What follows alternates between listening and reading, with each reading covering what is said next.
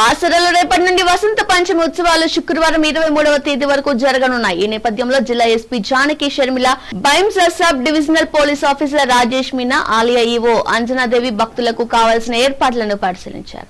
పెద్ద ఎత్తున అమ్మవారిని దర్శించుకునేందుకు వచ్చే భక్తుల రద్దీని దృష్టిలో పెట్టుకుని క్యూ లైన్లు, గోదావరి నది వద్ద పోలీస్ భద్రత, సీసీ కెమెరాలను పరిశీలించారు. భక్తులకు ఎటువంటి ఇబ్బందులు, అవాంఛనీయ సంఘటనలు జరగకుండా జిల్లా పోలీసు ఆధ్వర్యంలో భారీ బందోబస్తు ఏర్పాటు చేస్తున్నట్లు ఎస్పీ వెల్లడించారు. గతంలో జరిగిన కొన్ని లోటుపాట్లను ఈసారి అలా జరగకుండా ప్రత్యేకమైన భద్రతను ఏర్పాటు చేస్తున్నట్లు ఆమె వెల్లడించారు.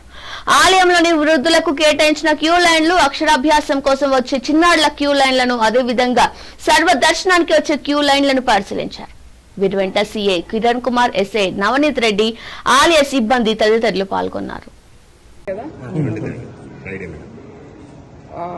బాసర్లో వసంత పంచమి సందర్భంగా 23వ తారీఖున జరగబోయే ఈ ఏర్పాట్లని బందోబస్తు చూడడం కోసం ఈ రోజు ఇక్కడ రావడం జరిగింది.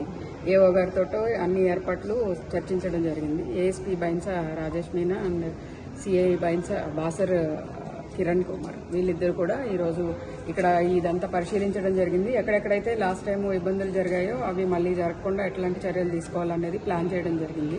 దీనికోసం బందోబస్తు కోసం మనం బ్యారికేడింగ్ ఎక్కడెక్కడ చేయాలి, తర్వాత లడ్డు ప్రసాదం కౌంటర్లో కూడా లాస్ట్ టైం కొంచెం ఎక్కువ రష్ ఉండడం జరిగింది. ఇవన్నీ కూడా ఈవో గారితో మాట్లాడడం జరిగింది. అలాగే దానికి పోలీస్ సపోర్ట్ ఎట్లా కావాలి, పోలీసులు తీసుకోవాల్సిన చర్యలు ఏంటి అన్నది కూడా ఈరోజు చర్చించడం జరిగింది. అండ్ ఇప్పుడు దీన్ని బట్టి మేము బందోబస్తు అరేంజ్ చేయడం జరుగుతుంది.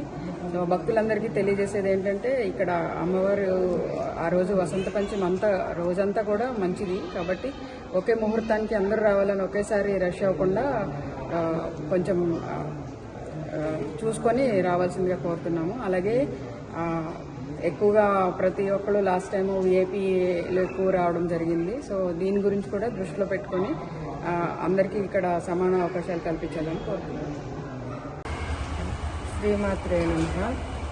మన ప్రసిద్ధి చెందిన బాసర పుణ్యక్షేత్రంలో 23వ తేదీ నుండి 23వ తేదీ నాడు మనకి వసంత పంచమి మహోత్సవం అత్యంత వైభవపేతంగా నిర్వహించబడుతుంది.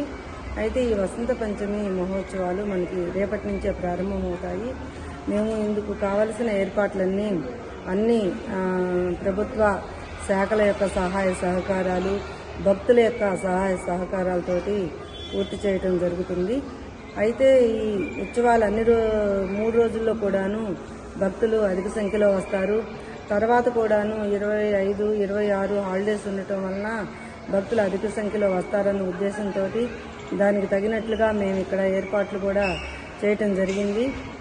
అమ్మవారి దర్శనానికి, వారి చిన్నారుల యొక్క అక్షరాభ్యాసానికి వచ్చే తల్లిదండ్రులకు కానీ చిన్నారులకు కానీ ఎలాంటి అసౌకర్యము క్యూ లైన్లో కానీ దర్శనానికి కానీ లేకుండా మేము క్యూ లైన్స్ అవి అన్నీ కూడా ఏర్పాటు చేశాము.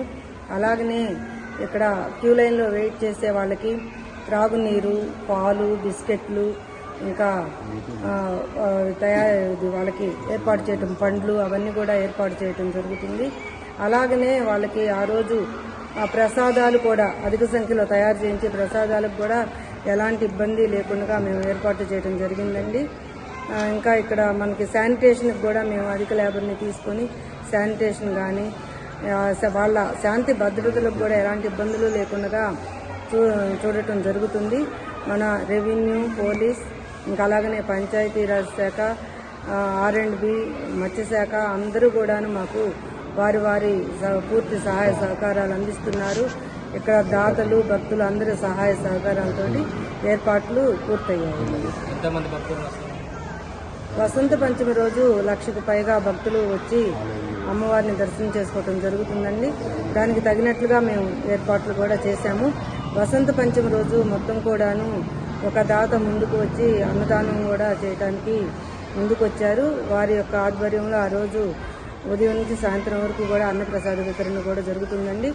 ఈ ఉత్సవాలు అన్ని రోజులు కూడాను మేము కూడా అధిక మందికి అన్న